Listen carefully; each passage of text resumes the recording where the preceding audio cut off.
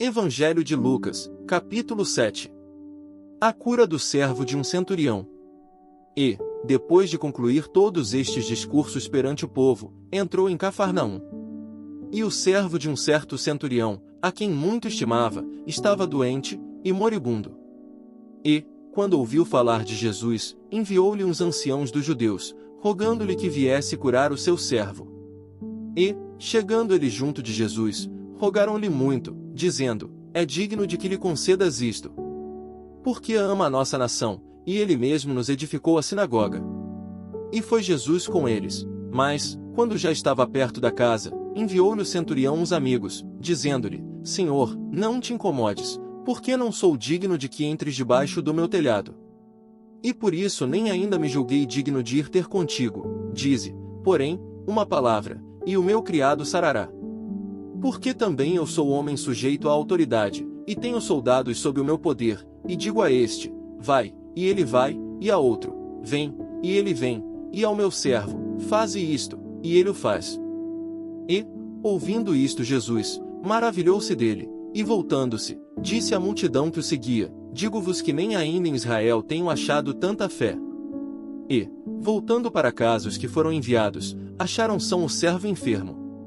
E aconteceu que, no dia seguinte, ele foi à cidade chamada Naim, e com ele iam muitos dos seus discípulos, e uma grande multidão.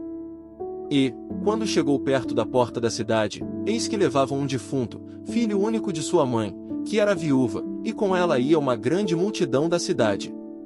E, vendo-a, o Senhor moveu-se de íntima compaixão por ela, e disse-lhe: não chores. E, chegando-se, tocou o esquife, e os que o levavam pararam, e disse: jovem, a ti te digo, levanta-te. E o que fora defunto assentou-se, e começou a falar. E entregou-o à sua mãe. E de todos se apoderou o temor, e glorificavam a Deus, dizendo: um grande profeta se levantou entre nós, e Deus visitou o seu povo. E correu dele esta fama por toda a Judéia e por toda a terra circunvizinha.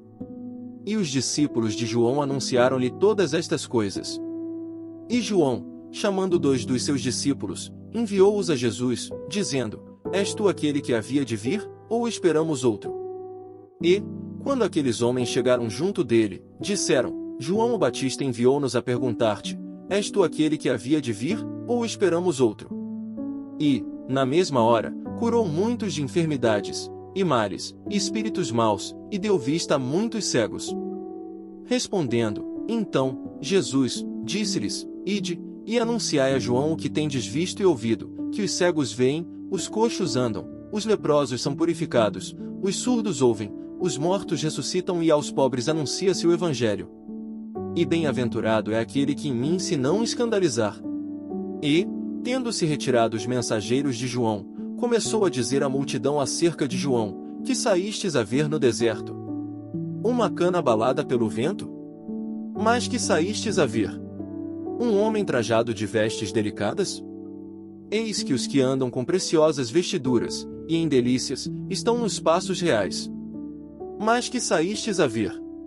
Um profeta? Sim, vos digo, e muito mais do que profeta. Este é aquele de quem está escrito: eis que envio o meu anjo diante da tua face, o qual preparará diante de ti o teu caminho. E eu vos digo que, entre os nascidos de mulheres, não há maior profeta do que João o Batista, mas o menor no reino de Deus é maior do que ele. E todo o povo que ouviu os publicanos, tendo sido batizados com o batismo de João, justificaram a Deus. Mas os fariseus e os doutores da lei rejeitaram o conselho de Deus contra si mesmos, não tendo sido batizados por ele. E disse o Senhor: a quem, pois, compararei os homens desta geração, e a quem são semelhantes? São semelhantes aos meninos que, assentados nas praças, clamam uns aos outros, e dizem: tocamo-vos flauta, e não dançastes, cantamo-vos lamentações, e não chorastes. Porque veio João o Batista, que não comia pão nem bebia vinho, e dizeis: tem demônio. Veio o Filho do Homem, que come e bebe, e dizeis: eis aí um homem comilão e bebedor de vinho, amigo dos publicanos e pecadores. Mas a sabedoria é justificada por todos os seus filhos.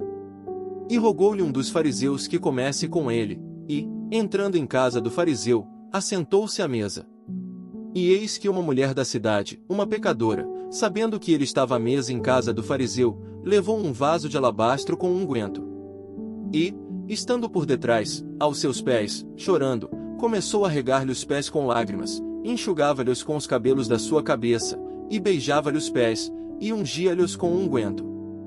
Quando isto viu o fariseu que o tinha convidado, falava consigo, dizendo: se este fora profeta, bem saberia quem e qual é a mulher que lhe tocou, pois é uma pecadora.